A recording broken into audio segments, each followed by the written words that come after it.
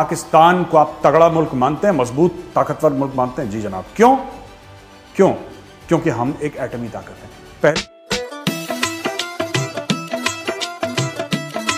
Hello दोस्तों, सत श्री अकाल, नमस्ते, अस्सलाम वालेकुम, वेलकम बैक। कैसे हैं आप? आई होप आप सब ठीक होंगे। मेरा नाम है अबूदर गिल और मेरा नाम है वकास। मेजर गोरवारिया की लेटेस्ट वीडियो लेकर आए हैं जिसका टाइटल है US blacklist Pakistani companies for missile and nuclear smuggling. तो अमेरिका ने पाकिस्तान की कुछ कंपनी के ऊपर जो है ना बैन कर दिया हुआ है। तो मेजर गोरवारिया इसके बारे में क्या कहते हैं वीडियो में देखते हैं। उससे पहले चैनल कर ले सब्सक्राइब, बेल आइकन को प्रेस कर लें ताकि आपको हर वीडियो का नोटिफिकेशन मिल जाए करे। वीडियो लास्ट तक देखिएगा और फिर लास्ट पर हम अपना रिएक्शन देंगे। तो चलिए वीडियो स्टार्ट कर लेते हैं। जय हिंद दोस्तों, मैं हूं मेजर गोरवारिया और आप देख रहे हैं द चाणक्य डायलॉग्स। इस वीडियो को लाइक करिए, हमारे चैनल को सब्सक्राइब करिए और बेल आइकन दबाना बिल्कुल मत भूलिएगा। पहली बात तो दोस्तों 9 लाख सब्सक्राइबर्स के लिए आपका बहुत बहुत धन्यवाद। माशाल्लाह, आप लोगों का आशीर्वाद है कि चैनल बढ़ रहा है, लोग इसको देख रहे हैं और मेरी आपसे गुजारिश है, विनती है कि आशीर्वाद बना रहे। बहुत बहुत धन्यवाद आपका। दोस्तों टोनी ब्लेयर जो फॉर्मर प्राइम मिनिस्टर थे यूके के, उन्होंने एक बात बोली और बड़ी इंटरेस्टिंग बात है। टोनी ब्लेयर डिप्लोमेसी में एक बहुत बड़ा नाम है, फॉर्मर प्राइम मिनिस्टर तो थे यूके के, लेकिन बड़ी जानी मानी शख्सियत हैं, बड़ी इज्जत से इनका नाम लिया जाता है। टोनी ब्लेयर ने बोला कि the trouble with the UN security council reform which of course should happen is absurd to think that India is not a permanent member, but you could say that about other countries as well. But leave aside that, because the problem always with reforming the UN Security Council is how do you get consensus? देखिए बहुत बड़ी बात है ये indirectly क्या बोल रहे हैं। इसमें इशू क्या है मैं आपको बताता हूं। इसमें इशू ये है कि भारत दुनिया की 5वीं बड़ी इकोनॉमी है, 3rd लार्जेस्ट मिलिट्री है और दुनिया भर की भारत मदद करता है। तो Bharat United Nation Security council में क्यों ना होना चाहिए, हक बनता है। और भी ऐसे देश हैं जिनका हक बनता है, और भी ऐसे देश हैं जिनका हक बनता है। मेरे हिसाब से ब्राजील का हक बनता है यूनाइटेड नेशन सिक्योरिटी काउंसिल का, जर्मनी का हक बनता है यूनाइटेड नेशन सिक्योरिटी काउंसिल में जाने का। लेकिन क्या है कि जब तक कंसेंसस नहीं होगा, 5 मेंबर हैं इसके permanent, 5 members, China, America, Russia, England and France. अब 4 तो भारत के पक्ष में हैं, चाइना इसको अड़ंगा डालता है इन चीजों। तो जब तक ये 5 हाँ नहीं बोलेंगे तब तक ये मामला आगे नहीं बढ़ेगा। तो टोनी ब्लेयर का यही कहना है कि यार how can you say no to India, how can you say, आप इट्स एब्सर्ड। ये तो बड़ी अजीबोगरीब सी बात है यार, ये अजीबोगरीब बात है कि इंडिया उसका मेंबर नहीं है और ये लोग कह रहे हैं।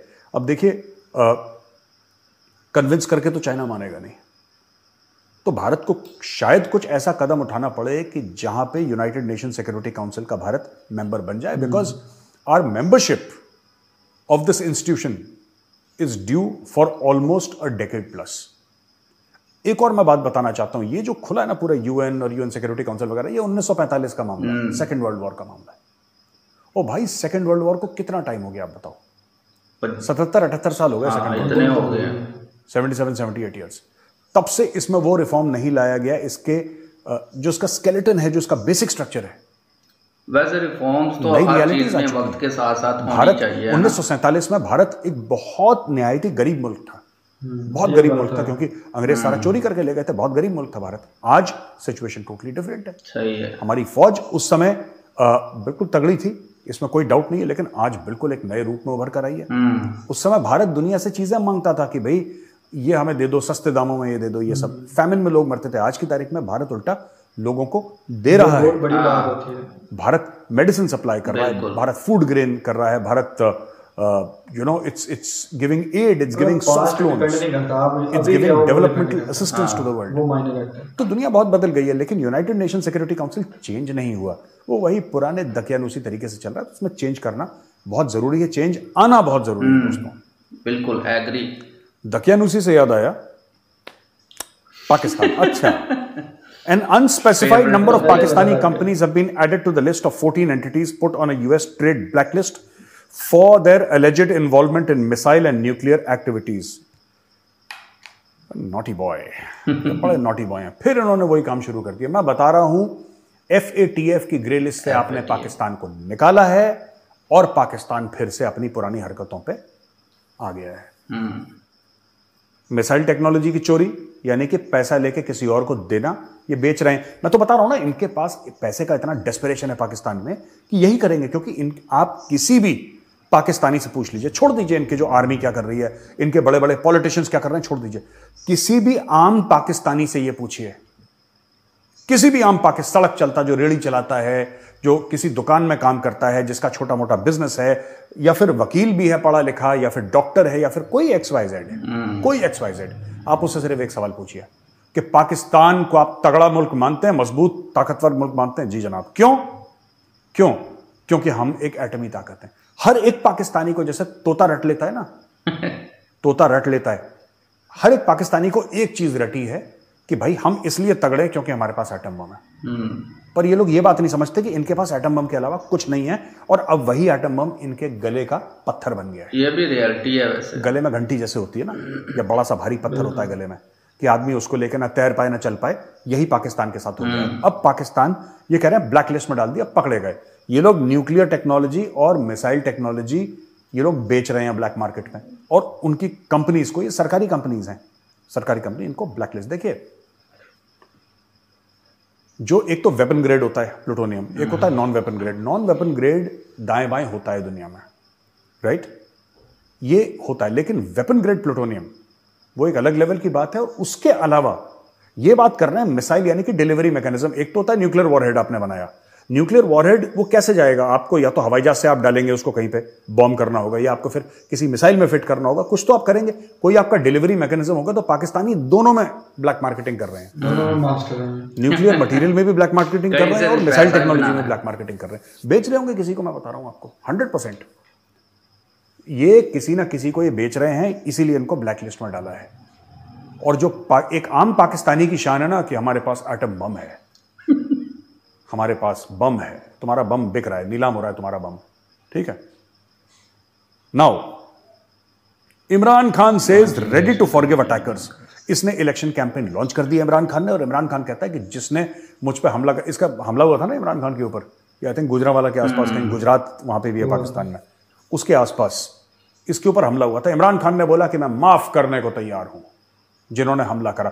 ओ खान साहब, आप तो माफ करने को तैयार हैं, वो लोग आपको माफ करने को तैयार हैं, ये भी सोच लेगा, क्योंकि हर समय आप गोल पोस्ट चेंज कर देते हैं। पहले इन्होंने बोला इमरान खान ने कि मुझे अमेरिका मारना चाहता है, फिर उन्होंने बोला जी राणा सनाउल्लाह और वो जो मेजर जनरल था ISI का, वो मुझे मारना चाहता है, फिर इन्होंने पता नहीं किसी तीसरी की फौज मुझे मारना चाहती है। सभी इसको मारना चाहते हैं, इसको सभी मारना चाहते हैं इमरान खान को।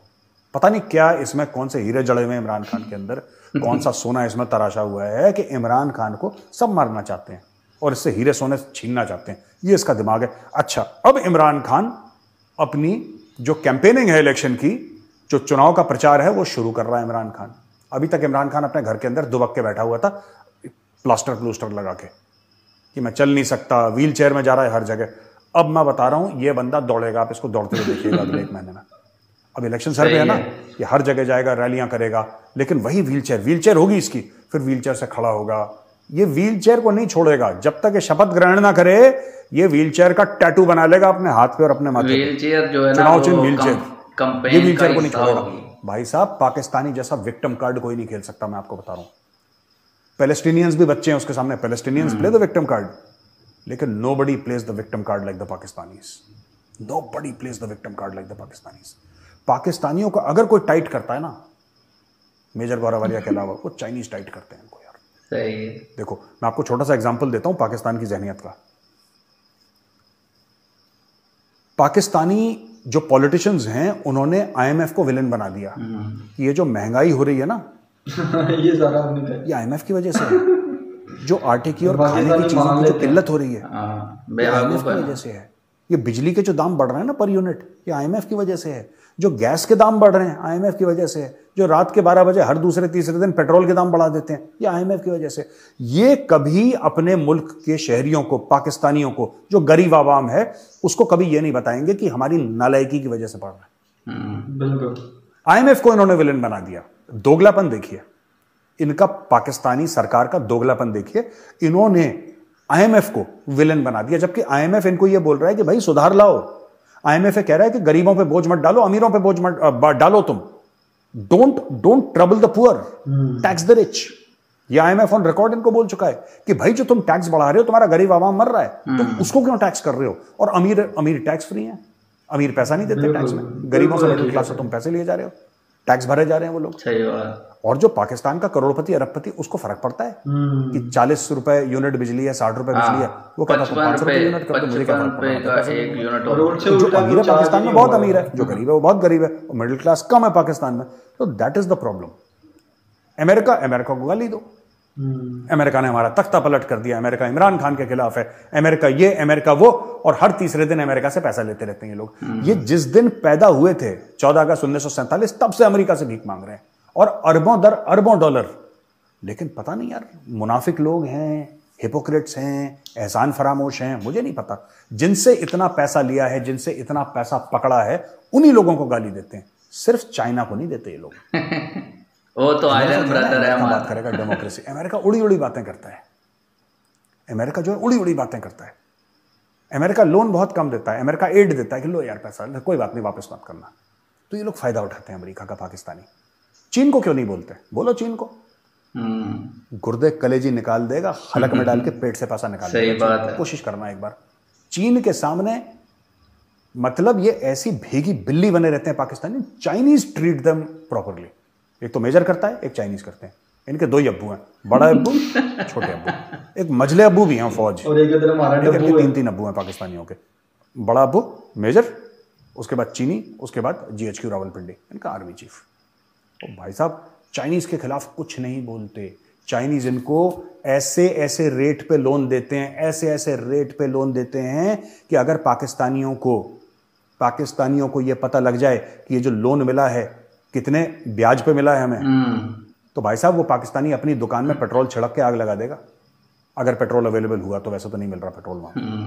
ये बताते नहीं पाकिस्तानी सरकार, झूठ बोल देते हैं। 500 मिलियन आ गए, हाँ नाच रहे हैं, very good very good, everybody is jumping कि अब तो 500 मिलियन डॉलर आ गए। ओ भाई 500 मिलियन डॉलर शहबाज शरीफ ने लिए हैं, उसमें से 200 ये पकड़ेगा, 200 इसका बड़ा भाई नवाज शरीफ पकड़ेगा, ठीक है। 100 ये आपस में अपने नौकरों वोकरों को बांट देंगे, और ये चले जाएंगे अपने एवन फील्ड अपार्टमेंट्स में। कर्ज चुकाएगा कौन? तुम सोच रहे हो क्या चीनी अपना कर्ज छोड़ देगा? चीनी जो है वो अपना कर्ज छोड़ देगा? तुम्हारे मुल्क को कर्ज में डाल रखा है इसने। तुम्हारी गर्दन यहां से पकड़ेगा चाइना, ठीक है, यहां से पकड़ेगा, हलक के अंदर डालेगा हाथ और पेट से निकालेगा। ऐसी बात ही है यार, सही बात। और ये लोग भाग चुके होंगे वहां पे। और इस मामले में इमरान खान गलत नहीं बोल रहा। ये लोन वाले मामले में इमरान खान गलत नहीं बोल रहा, उसने खुद ले रखा है लोन, लेकिन वो गलत नहीं बोल रहा। ओ भाई किस परसेंटेज ऑफ इंटरेस्ट पे आपने लोन लिया है, उसके टर्म्स एंड कंडीशंस क्या है, अपने आवाम को बताओ। ये नहीं बताएंगे। हिंदू की साजिश है, यहूदी की साजिश है, सबकी साजिश है। ये है करते रहना कि जवान बिल्कुल जमीन पे आ गए, लेकिन बताना मत, सच मत बोलना किसी को।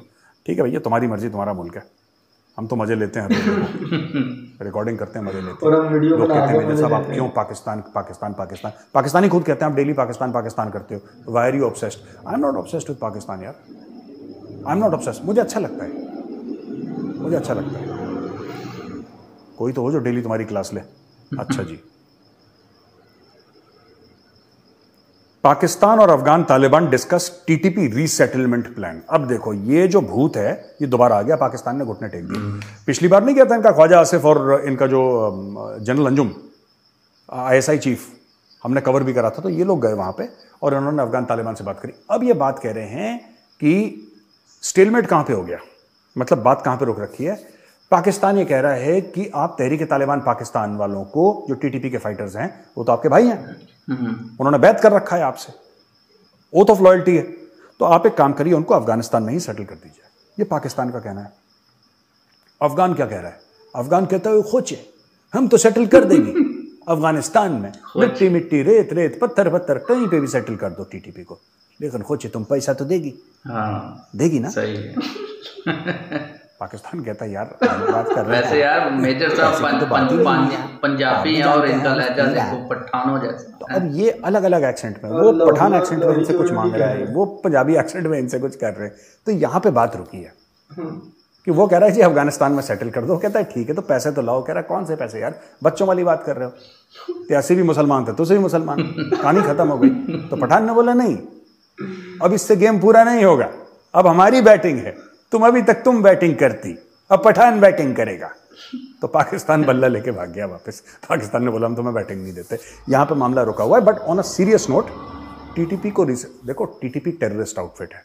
TTP needs to be neutralised, not settled. आपने टीटीपी को सेटल कर दिया अफगानिस्तान में, फिर क्या होगा? आपने कर दिया अफगानिस्तान में सेटल, वो खेती बाड़ी करेंगे लोग।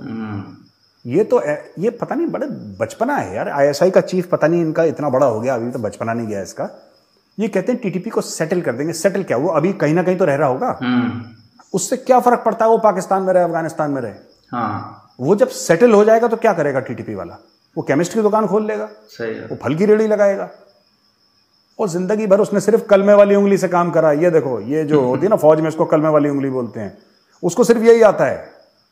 वो कहीं पर भी सेटल हो, वो अफगानिस्तान में तुम उसको घर दे दोगे, वो अफगानिस्तान से ड्यूरेंट लाइन पार करेगा, तुम्हें आके ठोक के वापस अफगानिस्तान चला जाएगा। तुम करोगे क्या यार उसका? Unless you launch an operation, unless Pakistan army launches an operation to neutralise TTP, nothing can happen. ये जानवर लोग हैं यार, ये Tehrik Taliban Pakistan, these are animals, these are terrorists. Resettlement plan, वो इमरान खान की बेवकूफी। बस इमरान खान ने बोला पाकिस्तान में ले आओ, ये कह रहे हैं अफगानिस्तान में ले आओ। अब चुनाव होने वाले हैं, जैसा हमने अभी डिस्कस करा था। इमरान खान दोबारा प्राइम मिनिस्टर बनेगा, 110% he will become the prime minister of Pakistan. ठीक है, जब तक आर्मी चीफ ये ना बोले कि नहीं ये तो बिल्कुल ही नालायक है, इसको हटाओ। अगर किसी ने कुछ इंटरफेरेंस नहीं करा और आर्मी न्यूट्रल रही, इमरान खान बन जाएगा प्राइम मिनिस्टर। इमरान खान फिर बोलेगा टीटीपी को ले आओ उधर, पाकिस्तान में मेरे भाई हैं वो। बस कहानी खत्म हो गई। ये तो रियलिटी है कि इमरान खान ये इलेक्शन जीतने वाला है। अच्छा जी, एक बड़ी अच्छी खबर है। ये बशीर अहमद पीर को पाकिस्तान में मारा था ना, वो हिजबुल मुजाहिदीन का था, जिसमें सैयद सलाउद्दीन गया था वहां पे और बड़ा तकरीर कर रहा था, लेक्चर वेक्चर दे रहा था। हमने कवर करा था इसको। एनआईए, जो इंडिया की नेशनल इन्वेस्टिगेशन एजेंसी है एनआईए, उसने उसकी प्रॉपर्टी अटैच कर ली। बशीर अहमद पीर, जिसका सच में जो असली नाम है उसका इम्तियाज आलम है, one of India's most wanted designated terrorist, was killed by unknown gunman outside a shop in Rawalpindi on February 20th. Today, NIA officers reached Babapura village in Kupwara and attached properties linked to terrorists under the anti-terror law UAPA. Peer was the launching chief of Hizbul in Pakistan and reportedly playing a key role in recruiting and sending infiltrators and arms. देखो ये जो था ना, ये पीर बशीर अहमद पीर, ये अब इन्होंने NIA ने क्या करा है कि जो भी आतंकवादी होगा ना, उसकी जो नाम पे प्रॉपर्टी है या उसकी जो प्रॉपर्टी है उसको अटैच कर लो। तो आप, एक जमाना था कि टेररिस्ट है उसको मार दिया, कहानी खत्म हो गई ना। अब सरकार ने बोला कि घेरा बढ़ाओ जरा, ये ऐसे नहीं मानेंगे, इनके घर वर भी ले लो। ठीक है, और मैं तो कह रहा हूं कि ये इसके घर में पूरी सिक्योरिटी के साथ एक कश्मीरी पंडित फैमिली को सेटल करो। पीर के घर में अच्छा खासा घर हो गया इसका, पाकिस्तान का पूरा पैसा है, उस घर को तोड़ के एक नया घर बनाओ और पूरी पुलिस और सीआरपीएफ की सिक्योरिटी के साथ एक कश्मीरी पंडित फैमिली को सेटल कर दो। या फिर 4 मंजिला घर बनाओ। ठीक है, जैसे प्लॉट होता है ना 400-500 गज का प्लॉट, आप उसमें 4 मंजिला घर बनाओ, 2-2, 3-3 बेडरूम के। और सरकार को ये बोलना चाहिए कि ठीक है, उसमें बिजली तो होती है वहाँ पे, कश्मीर में कोई कमी नहीं है बिजली की, उसमें लिफ्ट लगाओ, बोलो कि भाई 4 कश्मीरी पंडित फैमिलीज में रहेंगी। लो 4 सेटल हो गए 4 सेटल। और वहाँ पे दीवार बनाइए, उसमें बार्ब्ड वायर बनाइए और उनको सिक्योरिटी प्रोवाइड करिए, 4 कश्मीरी पंडित सिक्योरिटी। और जो लोकल सीआरपीएफ के बटालियन है उसके सीओ को बोल दीजिए कि भाई इनकी जिम्मेदारी, इनको खरोच नहीं आनी चाहिए, आपकी जिम्मेदारी है। CRPF it's a professional force, CRPF ensure करेगी उसको खरोच ना आए, कहानी खत्म। जो आतंकवादी मरता है उसका घर लो, 4 माले की बिल्डिंग बनाओ, 4 कश्मीरी पंडित फैमिली। सीआरपीएफ का जो लोकल है या इंडियन आर्मी की जो लोकल यूनिट है, आप उनको बोलिए इनको खरोच नहीं आनी चाहिए, नहीं आएगी खरोच। They will be taken to work. आपको ये एक्सपेरिमेंट करना पड़ेगा, आपको पैसे खर्च करने पड़ेंगे। अगर कश्मीरी पंडित, वो 4 लोग जा रहे हैं एक जगह काम करने के लिए, मतलब आपको अंडर एस्कॉर्ट उनको ले जाना पड़ेगा, काम करके आए, गाड़ी वहां पे वेट करेगी, अंडर एस्कॉर्ट होते हैं ना, जो इनके मेन होते हैं, जैसे मान लो इधर होते हैं ना मेन, आपको करना पड़ेगा ऐसे। जब तक आप ये नहीं करेंगे तब तक कश्मीरी पंडितों में वो कॉन्फिडेंस नहीं आएगा। और आर्मिंग वार्मिंग का जो उनका है वो तो है ही मामला, वो तो मैं कह ही रहा हूँ कि they should arm themselves, but at the same time you should provide security. Best is ये जो पीर है ना, पीर के घर को उड़ा दो बम से और वहां पे बढ़िया 4 माले की बिल्डिंग बना के, स्पेशियस, 4 कश्मीरी पंडित फैमिली आप सेटल करिए, जो आतंकवादी मत इनके होश ठिकाने। ठीक है जी। अच्छा, अब बाकी Punjab CTD counter terrorist department है पंजाब का, 8 आतंकवादी उसने बैंड आउटफिट के लाहौर में उन्होंने अरेस्ट करे हैं, डिटेन करे हैं, और लोग कह रहे हैं तहरीक तालिबान पाकिस्तान। मैं तो बहुत पहले से बोल रहा हूं आपको, मैं तो बहुत पहले से इसी प्लेटफॉर्म पे द चाणक्य डायलॉग्स पे मैं कई बार आपको बोल चुका हूं कि भाई ये जो है ना पाकिस्तान का मामला, ये खत्म नहीं होगा। ये लोग जाएंगे, they will go to cities. ये अभी तक तो गांव देहात में बम फोड़ रहे थे, अटैक कर रहे थे, फिर ये कराची में आए, अब ये लाहौर में पकड़े गए हैं। आपने मेरे पुराने वीडियोस देखे होंगे, मैं तो कह रहा हूँ लाहौर, इस्लामाबाद, रावलपिंडी, हैदराबाद, सिंध, ये पूरे पाकिस्तान के बड़े बड़े शहरों में जाकर अटैक करेंगे। इनका काम ही यही है। इनको जब तक तहरीक तालिबान पाकिस्तान के ऊपर, जैसे ज़रब-ए-अज़्ब इन्होंने लॉन्च करा था, पाक फौज ने ना ज़रब-ए-अज़्ब लॉन्च करा था, और आई थिंक एक और था रद्दुल फसाद करके इनका एक बहुत ऑपरेशन, कामयाब ऑपरेशन था, but it was an all out operation. Pakistani army जब ऑपरेशन इनके ऊपर करा तो फिर उन्होंने ये नहीं देखा कि बेगुनाह मर रहे हैं कि नहीं मर रहे। जैसे इंडियन आर्मी ऑपरेशन करती है ना कश्मीर में, इंडियन आर्मी आर्टिलरी तो छोड़ दीजिए, छोटी वाली मोटर फायर नहीं करती। We don't even fire motors, नहीं करते फायर, स्मॉल आर्म्स का चक्कर। इसी ऑपरेशन की वजह से बहुत आइसोलेटेड घर है जहां पे आसपास कुछ नहीं तो आरएलटी लोग, वरना AK-47 से ही ज्यादातर काम हो जाता है। पाकिस्तान ने तो अपना फाइटर जेट्स और 155 mm आर्टिलरी और गोला बारूद, हेलीकॉप्टर, गनशिप्स, ये सब तमाशा कर रखा है। इन्होंने तो गांव के गांव साफ कर दिए, इनोसेंट लोग, पता नहीं कितने लाखों लोग भाग गए डर के मारे। जब ऊपर से खुद की फौज खुद के सर पे गोले बरसाएगी तो बंदा भागेगा ही। तो हाँ, इन्होंने TTP वालों को दीवार से लगा दिया, ये बात सच है, लेकिन उन्होंने अपनी खुद की इनोसेंट पॉपुलेशन को भी दीवार से लगा दिया। और उसमें आपके रद्दुल फसाद में और आपके ज़रब-ए-अज़्ब में, दोनों ऑपरेशंस में बहुत जो है जानी और माली नुकसान हुआ इनोसेंट लोगों का, जिसको कोलैटरल डैमेज हम लोग कहते हैं ना, फौज में कोलैटरल डैमेज बहुत ज्यादा हो गया था उसमें। राइट, अब हम आते हैं दोस्तों अपने सवाल और जवाब वाले। ये पॉपुलर सेक्शन है, लोग काफी सवाल पूछते हैं। ये कुलदीप गढ़वी साहब हैं, जय हिंद मेजर साहब। जय हिंद कुलदीप जी। My younger sister from Ahmedabad had recently come home in Surat, and that is when I learned that she and her husband regularly watch you on various platforms on YouTube. While discussing, sister was truly concerned about your safety and security, owing to the fact that you are very vocal about sensitive issues pertaining to Pakistan, Kashmir and Khalistan. Regards, Kuldeep Gढ़वी। Kuldeep जी, छोटी बहन को नमस्कार, और छोटी बहन को कहिएगा कि बहुत बहुत धन्यवाद। देखिए, ऐसा है ना कि पाकिस्तान और ये खालिस्तानी हैं जो भी, और जो टेररिस्ट हैं, ये इसी चीज़ पे डिपेंड करते हैं कि हम ना इनको धमकी देंगे और ये डर के बैठ जाएंगे। ये अजीब अजीब बातें करते हैं, ये रेपुटेशन डिस्ट्रॉय करने की कोशिश करते हैं। कि एक बार मेरे बारे में ये रूमर फैला दिया था कि 2001 में मैंने कुपवाड़ा में 3 लोगों को मैंने जान से मार दिया, 3 इनोसेंट कश्मीरीज को मैं अपेरेंटली मैं ले गया जंगल में, मैंने उनके सर पे गोली मारी और मैंने इनको दबा दिया कि देखो कितना बड़ा राक्षस है ये। फिर मैंने उनको बोला, भाई मैंने तो 1999 में आर्मी छोड़ दी थी, तो 2001 में मैं क्या ही कर लेता। तो फिर वो चुप हो गया। और ये सब ना झूठ मेरे बारे में बोल के और ये सब करके करते हैं, हम मार देंगे, तुम्हारे परिवार को मार देंगे। इसके यार, जो पैदा हुआ है उसको तो मरना ही है। सही बात है, ये तो रियलिटी जो पैदा हुआ है इस दुनिया में उसको जाना, दुनिया छोड़कर हर एक इंसान को जाना है। और जो कहते हैं कि साहब आपको डर नहीं लगता, बट डर सबको लगता है, मुझे भी लगता है, हर एक इंसान को लगता है। ऐसे कीड़े मकोड़ों से थोड़ा ना डरना है। को बड़े लेवल का डर आएगा, बड़े लेवल का डेंजर आएगा, तब डरने में भी मजा है कि हाँ साहब हमारे सामने शेर आ गया। ठीक है, अब बोला साहब मेरे साहब कुत्ते से डर गए तो फिर तो that's not fair. But anyway, बहन जी को हमारा प्रणाम कहिएगा और बहुत बहुत शुभकामनाएं। और मैं मान के चल रहा हूँ कि मुझसे छोटी हैं उम्र में, तो उनको बहुत बहुत आशीर्वाद और धन्यवाद मेरे बारे में सोचने के लिए। तो दोस्तों, आज की इस वीडियो में मेजर गौरवालिया साहब ने बहुत सारे टॉपिक्स के ऊपर बात की, जिसके ऊपर हम एक एक करके अपना पॉइंट ऑफ व्यू रखते हैं।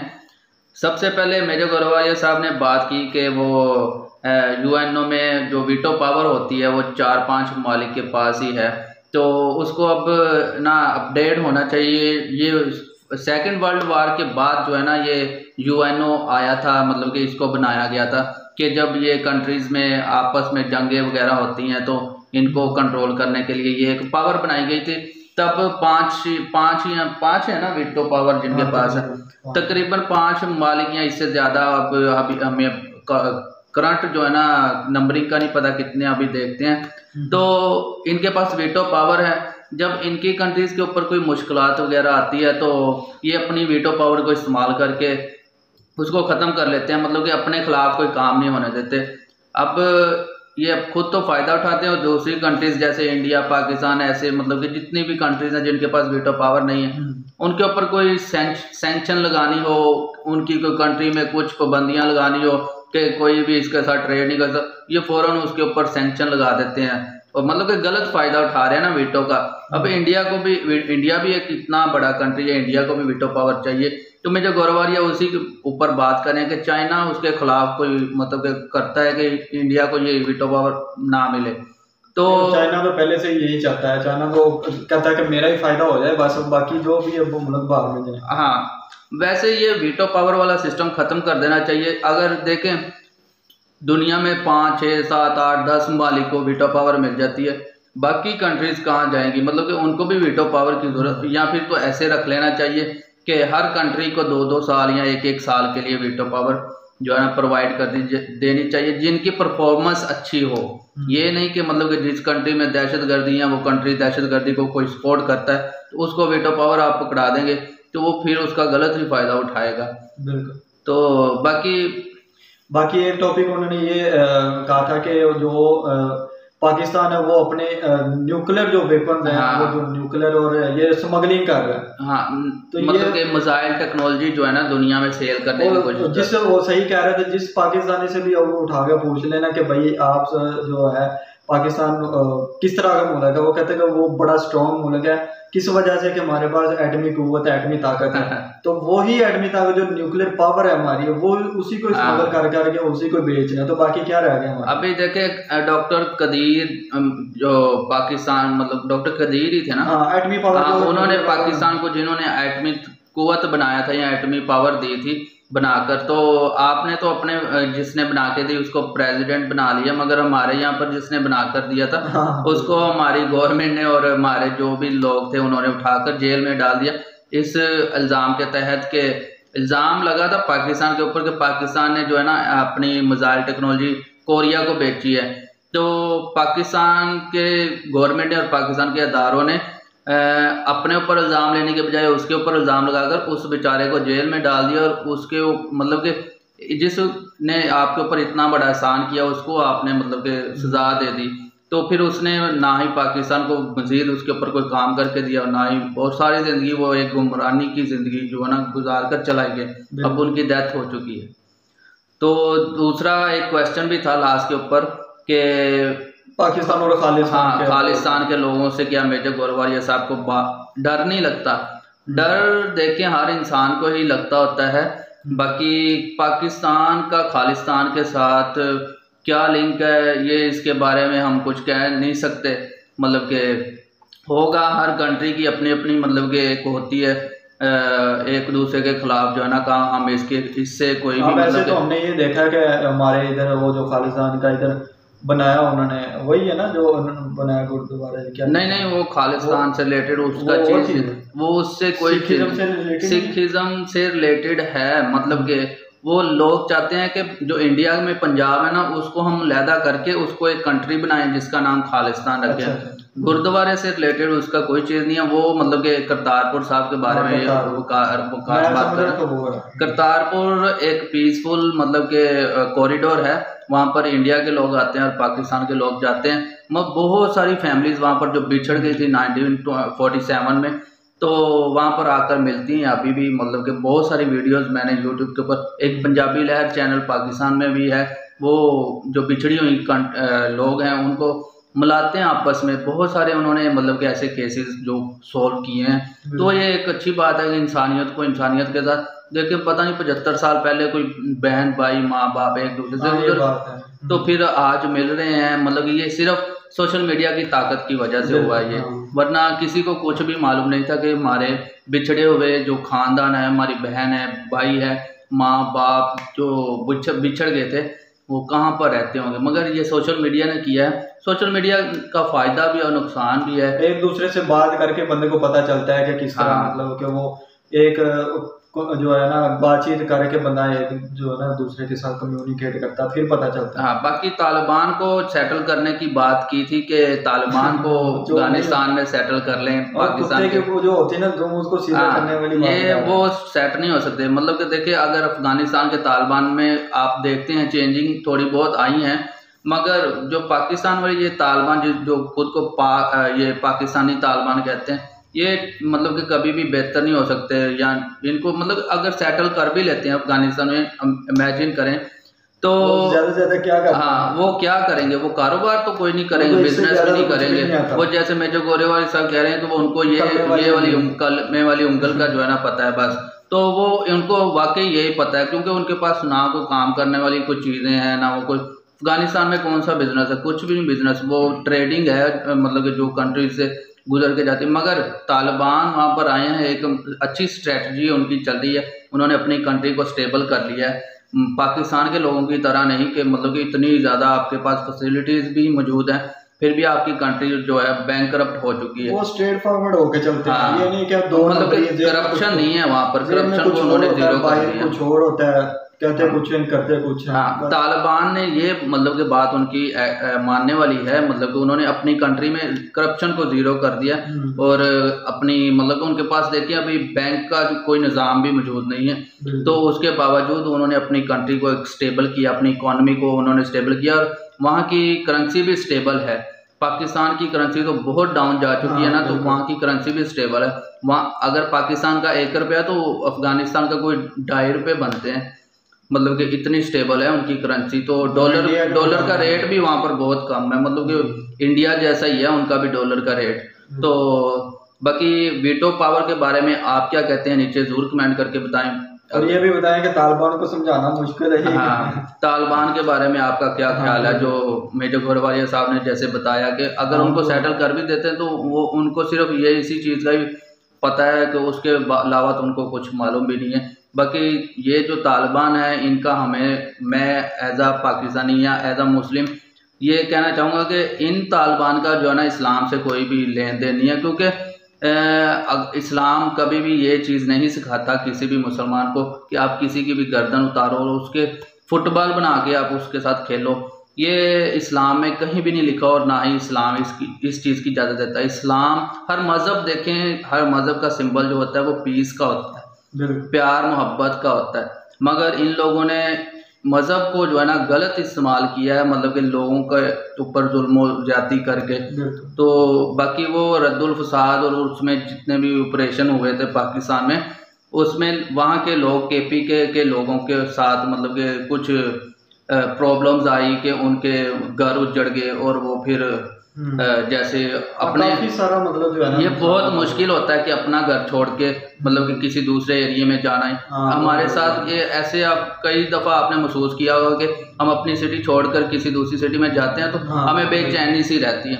जैसे ही हम अपने घर की तरफ वापस आते हैं या अपनी सिटी के अंदर एंटर हो जाते हैं ना, तो हमें सुकून सा मिल जाता है। ऐसे ही उन लोगों के साथ हुआ कि उनके जब ऑपरेशन हुआ, ना फिर कोई इनोसेंट देखा गया, ना फिर कोई जालिम देखा गया, फिर बस बमबारी ही की गई, उसमें बहुत सारे लोग मरे भी। एक तरफ से देखा जाए ना तो वैसे जिस तरह के मतलब तालिबान का वो उन्होंने ऑपरेशन किया, ये अगर ऐसे पहले ही इन्फॉर्म कर देते या उनको साइड पे करने की कोशिश करते तो फिर तो ऑपरेशन ही ना रहता है ना। हाँ, तो ये मेरा ख्याल से मतलब एक तरफ से देखा जाए तो गलत भी है, ठीक भी है। हाँ, मतलब इसमें ठीक ये है कि तालिबान की कमर तोड़ देंगी, मगर वरना पाकिस्तान में मतलब कि समझ ही नहीं आती थी कि आपको पता नहीं चलता कि मैंने घर से बाहर मैं निकला हूँ, मैंने ठीक ठाक साबित जिंदा वापस घर जाना भी है कि नहीं। मतलब कि हर गली कूचे में बम ब्लास्ट हो रहे थे, मस्जिदों में बम ब्लास्ट, गुरुद्वारों में, मस्जिदों में, मंदिरों में, मतलब जहाँ इनका कोई दीन मजहब नहीं है। ये जो दहशतगर्द इनको बोलते हैं, दहशतगर्द सोच है। तो इसके बारे में आपका क्या ख्याल है? मतलब कि इनको सेटल कर देना चाहिए? ऐसा होगा भी नहीं, होना भी नहीं है, क्योंकि वो खुद को पाकिस्तानी कहते हैं और वो पाकिस्तान का जो KPK में वहाँ पर वो अपनी जगह मतलब कि सेट करना चाहते हैं, क्योंकि वहाँ से उनको भगाया गया था। तो बाकी इसके बारे में आपका क्या ख्याल है? ये जो